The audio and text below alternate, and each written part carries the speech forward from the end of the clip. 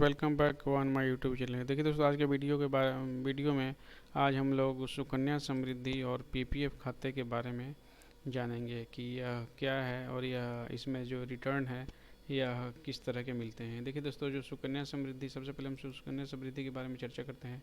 तो सुकन्या समृद्धि का जो खाता है यह सेंट्रल गवर्नमेंट की स्कीम है, सेंट्रल गवर्नमेंट के द्वारा बैक है। इसमें जो रिस्क की संभावना बहुत कम है क्योंकि ये सेंट्रल गवर्नमेंट के द्वारा बैक है। इसमें जो एलिजिबिलिटी है, अगर आपके कोई लड़की है तो उसके लिए आप अकाउंट ओपन करवा सकते हैं और इनकम टैक्स रिबेट में 80C के अंदर अगर आप टैक्स रिबेट ले सकते हैं। तो उसके लिए एलिजिबिलिटी क्या है वो हम देखते हैं। आपकी जो लड़की की उम्र है वह 10 साल से नीचे होनी चाहिए और वह जो गर्ल चाइल्ड है वह एक रेजिडेंट इंडियन होनी चाहिए। अगर आप दो सुकन्या समृद्धि अकाउंट खुलाना चाहते हैं तो दो दो लड़कियों के लिए सुकन्या समृद्धि अकाउंट खुल सकता है। 3 अकाउंट तभी खुलेगा, आप देख सकते हैं, 3 अकाउंट तभी ओपन होगा जब गर्ल जो है ट्विन हो, कहने का मतलब कि जुड़वा हो। ठीक है, तो ये हो गया एलिजिबिलिटी। अब आइए दोस्तों देखते हैं कि अकाउंट का जो ब्याज है वो अभी क्या चल रहा है। जो अकाउंट का ब्याज है वो 7.6% अभी जो है ब्याज चल रहा है। इसमें आपको इन्वेस्टमेंट, जो मिनिमम इन्वेस्टमेंट है वह 250 रुपया और मैक्सिमम इन्वेस्टमेंट जो है 1.5 लाख रुपये एक साल में आप कर सकते हैं। कहने का मतलब वो 250 रुपये से आप अकाउंट ओपन करवा सकते हैं। इसकी जो मैच्योरिटी पीरियड है वह 21 साल है। मैच्योरिटी पीरियड कहने का मतलब ये हुआ कि जैसे अभी 2022 चल रहा है, तो अगर आज आप अकाउंट ओपन करवाएंगे, अगर आपकी लड़की की उम्र 1 साल है तो आपकी जो मैच्योरिटी होगी डेट ऑफ अकाउंट ओपनिंग से होगी। इस बात को आप ध्यान रखेंगे। तो जैसे आज आपने खोल दिया, आज जैसे है 8 फरवरी 2022, तो आपका जो मैच्योरिटी होगा 7 फरवरी 2043 को जो है आप इसमें मैच्योरिटी ले सकते हैं। यह हो गया मैच्योरिटी। अगर आपको बीच में विड्रॉल चाहिए, तो अगर आपकी लड़की की उम्र 18 साल हो गई है तो आप उसमें 50% की अमाउंट ले सकते हैं, लेकिन उसमें एक कंडीशन है कि वह जो अमाउंट यूज किया जाएगा वह लड़की के हायर एजुकेशन या वेडिंग पर्पस के लिए ही लिया जाएगा, लेकिन वह 50% ही होगा। इस बात को भी आप ध्यान रखेंगे। ट्रांसफ़र अकाउंट है तो आप ट्रांसफ़र, इसका जो अकाउंट का ट्रांसफ़र है आप किसी भी सिटी में कहीं भी आप बड़े आसानी से करवा सकते हैं। जैसे दोस्तों मैंने ऊपर बताया कि इसका जो मैच्योरिटी पीरियड है 21 साल का है। तो अगर आप बीच में पार्शियल प्री मेच्योर क्लोज कराना चाहते हैं, कहने का मतलब है जैसे आज अपने 2022 है, आज 8 फरवरी, आज आपने खाता खोल दिया और मैच्योरिटी तो आपको मिली है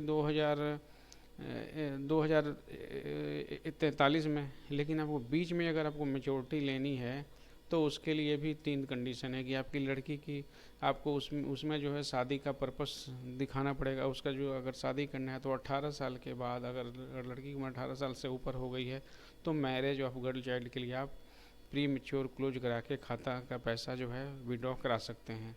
और अगर उस लड़की की डेथ हो गई है या अकाउंट होल्डर की डेथ हो गई है तो आप डेथ सर्टिफिकेट प्रोड्यूस करा के आप प्री मेच्योर क्लोज करा सकते हैं। अगर कोई आपको हार्डशिप है, कहने का मतलब कोई कठिनाई है, अकाउंट होल्डर को किसी तरह की प्रॉब्लम है, तो भी आप इस खाता को जो है प्री मेच्योर क्लोज करवा सकते हैं। ये हो गया प्री मेच्योर क्लोजर की बातें। अब आइए दोस्तों देखते हैं कि जो ये आप, मैंने आपको सुकन्या समृद्धि के बारे में बता दिया। अब आइए दोस्तों देखते हैं कि जो पीपीएफ खाता है इसके इसके थोड़ा सा फीचर के बारे में हम लोग देखते हैं। पीपीएफ खाता के फीचर के बारे में, 1 मिनट, ये खुल गया। देखिए दोस्तों, जो पीपीएफ खाता है यह इसमें जो मिनिमम अमाउंट है वह है 500 और इसमें जो मैक्सिमम अमाउंट है वह 1.5 लाख है। जैसे सुकन्या समृद्धि में हमारा 250 और maximum amount 1.5 lakh per annum था, उसी तरह से पीपीएफ अकाउंट में जो है आपका 500 से अकाउंट ओपन होगा और 1.5 लाख तक आप इन्वेस्टमेंट कर सकते हैं। आपको इसमें जो है 15 साल तक आप इसमें इन्वेस्टमेंट कर सकते हैं। उसके बाद जो है आपको 2 साल एक्सटेंशन मिलेगा, एक 5 साल का, एक 5 साल का, कहने का मतलब 25 साल तक आप इसमें इन्वेस्टमेंट कर सकते हैं। अभी जो प्रेजेंट में जो ब्याज है इसका 7.10% ब्याज चल रहा है। इसमें जो लोन की फैसिलिटी भी है और इनकम टैक्स का रिबेट आपको 80C के अंदर आपको टैक्स, इसका जो ब्याज है वह टैक्स फ्री है। इसमें कोई भी आपको टैक्स नहीं देना पड़ेगा।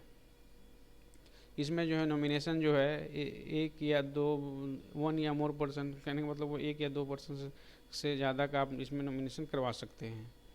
ये पोस्ट ऑफिस में, बैंक में आप कहीं भी जो है खाता खुलवा सकते हैं। जो इसके लिए एलिजिबिलिटी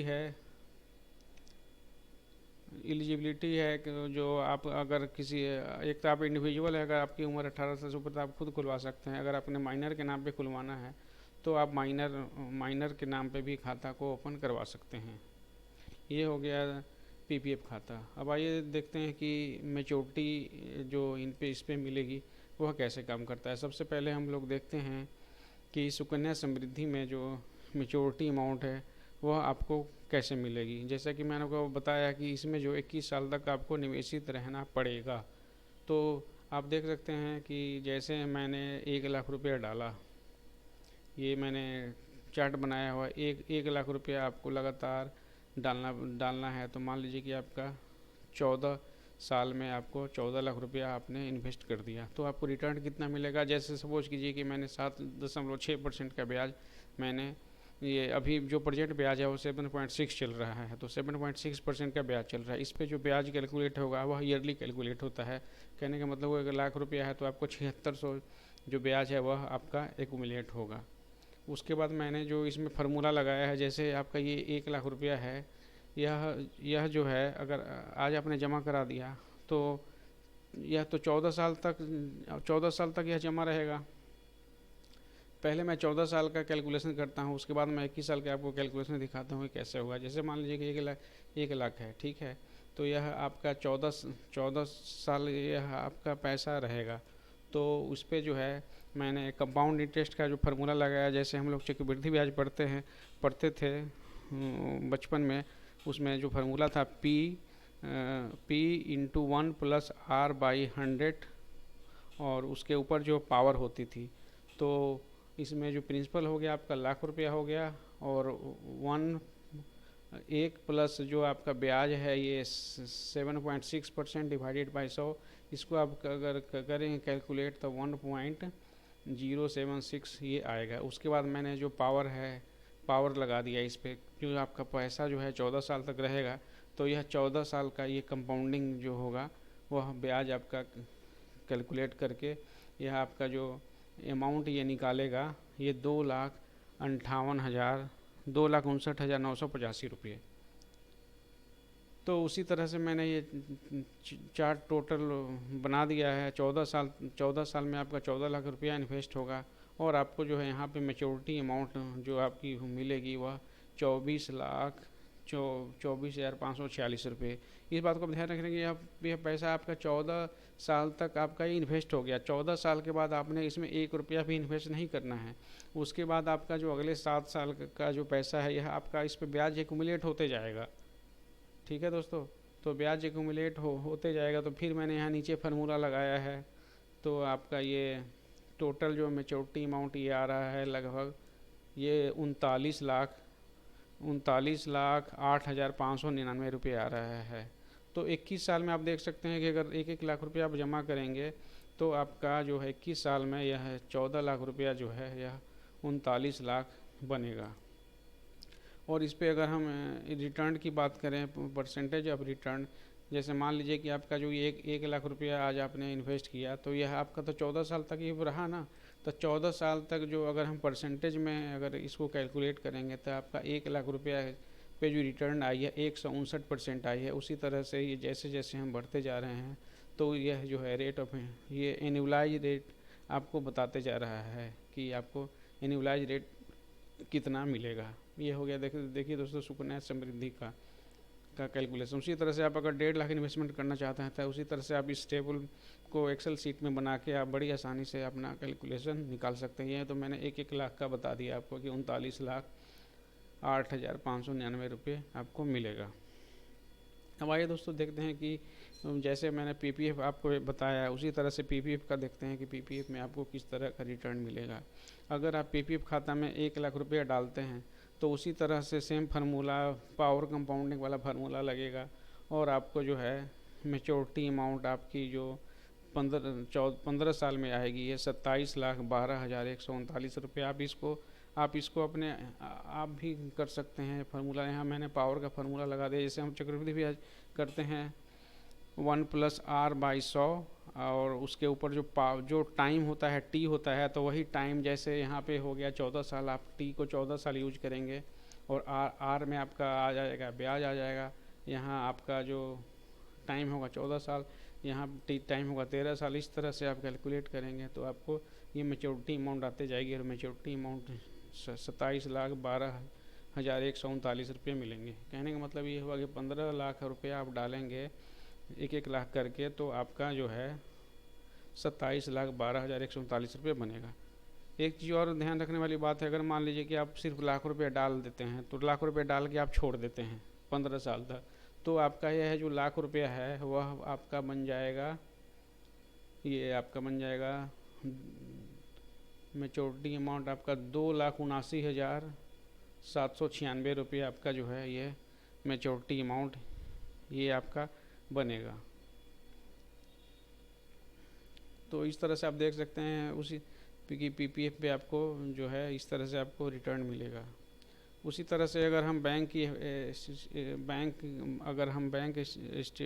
मैंने कंपैरिजन करके बताया है कि सुकन्या समृद्धि पीपीएफ और बैंक एसटीडीआर में आपको किस में ज़्यादा ब्याज मिलेगा। अगर बैंक एसटीडीआर की हम बात करें तो जैसे मान लीजिए कि आप 1 लाख रुपया को आप 15 साल इन्वेस्ट कर रहे हैं, तो 15 साल देखिए दोस्तों आप इन्वेस्ट कर रहे हैं, तो आपका जो मेच्योरिटी अमाउंट आपका जो आएगा वह बैंक का जो मेच्योरिटी अमाउंट है वह, क्योंकि बैंक का जो ब्याज होता है वो क्वार्टरली कैलकुलेट होता है, तो जो बैंक की जो मेच्योरिटी अमाउंट आती है वह लगभग 2,87,376 रुपये आपकी जो है यह मेच्योरिटी अमाउंट बनेगी। तो इसी तरह से इसका हम टोटल करेंगे तो 27,75,379 रुपये मिलेंगे। तो कहने का मतलब कि बैंक का एसटीडीआर जो है वह ज़्यादा रिटर्न देगा, लेकिन अभी प्रेजेंट में बैंक का जो एफडी का इंटरेस्ट है वह 5 या 6% के आसपास ही चल रहा है। अभी जो सबसे ज़्यादा जो ब्याज चल रहा है आपका पीपीएफ और सुकन्या समृद्धि पे ब्याज चल रहा है। तो आप इसमें सुकन्या समृद्धि अगर आप लॉन्ग टर्म में निवेशित रहना चाहते हैं तो आप सुकन्या समृद्धि और आप पीपीएफ का ऑप्शन चूज कर सकते हैं कि, पर इसमें एक चीज़ दिक्कत है कि आपको सुकन्या समृद्धि में जो है मेच्योरिटी अमाउंट आपको जो है 21 साल पे मिलेगा, पीपीएफ में आपको 15 साल पे मिलेगा। हालांकि पीपीएफ में 5 साल बाद आप कुछ पैसा ले सकते हैं, लेकिन यहाँ जो बैंक में का जो आप एफडी कराएंगे तो बैंक में आप जो है पैसा आप कभी भी ले सकते हैं, पर बैंक में आपको रिटर्न जो है वह थोड़ा सा कोई ज़्यादा फर्क नहीं है, थोड़ा सा इसमें बैंक एफडी में जो है आपको ब्याज ज़्यादा मिलेगा। अब आइए दोस्तों मैंने एक LIC का जीवन आनंद का पॉलिसी लिया है, उसको देखते हैं कि उस पर कितना मेरा इन्वेस्टमेंट होगा और उस पर मेरा कितना रिटर्न बनेगा। मैंने यह पॉलिसी 2015 ईस्वी में कराई थी और मेरा जो किस्त जाता है 43,788 रुपये जाता है यह हर एक साल में। तो इसमें जो है रिटर्न मुझे कैसे मिलेगा, LIC जो है हर एक साल एक बोनस डिक्लेयर करती है। बोनस आप LIC की साइट पे जाके आप देख सकते हैं कि आपको कितना बोनस मिला। मैं आपको अभी LIC की साइट पे लेके चलता हूँ और दिखाता हूँ कि मैंने जैसे ये आप देख सकते हैं कि मैंने LIC की साइट खोला और ये बोनस वाली स्क्रीन है, इसमें हर एक साल आप बोनस जो है जाके आप देख सकते हैं। तो जैसे मैंने जीवन आनंद का लिया हुआ है तो मेरा जो है मैंने 10 लाख का मेरा इसमें इंश्योरेंस है, तो 815 नंबर टेबल है न्यू जीवन आनंद का, तो इस पर मुझे 42 रुपया 815 नंबर टेबल में अभी देख के बताता हूँ। 815 जीवन आनंद, ये देखिए दोस्तों जीवन आनंद पॉलिसी जो है ये आ गया। अगर ये आपका 42 रुपये ब्याज डिक्लेयर 42 रुपये ये पर 1000 है, तो 42 रुपये पर 1000 है। तो अगर मेरा 10 लाख का पॉलिसी है तो आपको लगभग ये 42,000 ये बोनस जो है यह गारंटेड फंड है, ये आपके गारंटी वाले फंड में जाके ये ऐड होते जाएगा। जो बोनस है ये फिक्स नहीं रहेगा, यह चेंज होते रहेगा, LIC के यह प्रॉफिट पे डिपेंड करेगा। तो मैंने अपना ये 27 साल का अपना एस्टिमेट किया है कि 43,788 रुपये अगर मैं इन्वेस्ट करता हूँ तो मेरा पैसा लगभग जाएगा 11,82,776 रुपये, और उसमें GST रिटर्न भी 18% जाएगा, जो कि मैंने आपको कैलकुलेट नहीं किया है। तो इस पर मुझे LIC जो है रिटर्न देगा 11,34,000। ये फिक्स नहीं है, बोनस जो है हर एक साल रिवाइज होगा, ये LIC के प्रॉफिट पे डिपेंड करेगा। और जब ये इसकी मेजोरिटी होगी तो मुझे जो सम एश्योर्ड की अमाउंट है वो मिलेगी। और रिवर्सरी बोनस भी मिलता है। रिवर्सरी बोनस को मिलता है अगर आपने पॉलिसी सही सही ढंग से चलाया है, तो आपको यह भी एलआईसी के उस समय कंडीशन पे डिपेंड करेगा कि एलआईसी हालत कैसे हैं, तो आपको उस समय जो है रिवर्सरी बोनस आपको रिवर्सरी बोनस की पेमेंट की जाएगी। तो मैंने सपोज किया कि मुझे 3 लाख का रिवर्सरी बोनस एलआईसी देगा, तो मेरा जो है 24,34,000 रुपया बनेगा। और अगर मुझे रिवर्सरी बोनस एलआईसी नहीं देता है तो मुझे 21,34,000 रुपया मुझे मिलेगा। लेकिन एलआईसी जीवन आनंद पॉलिसी की एक खासियत है कि यह जो है मेच्योरिटी के बाद भी जो मेरी इसमें लाइफ टाइम जो कवरेज है, यह कवरेज भी यह इसमें कंटिन्यू रहेगी। तो आप मैंने देख सकते हैं कि मैंने तीनों Sukanya Samriddhi, PPF account, bank एसटीडीआर और एलआईसी के टर्म इंश्योरेंस प्लान तीनों के बारे में मैंने आपको बताया। तो आप चूज कर सकते हैं कि आपको कौन सा प्लान लेना चाहिए।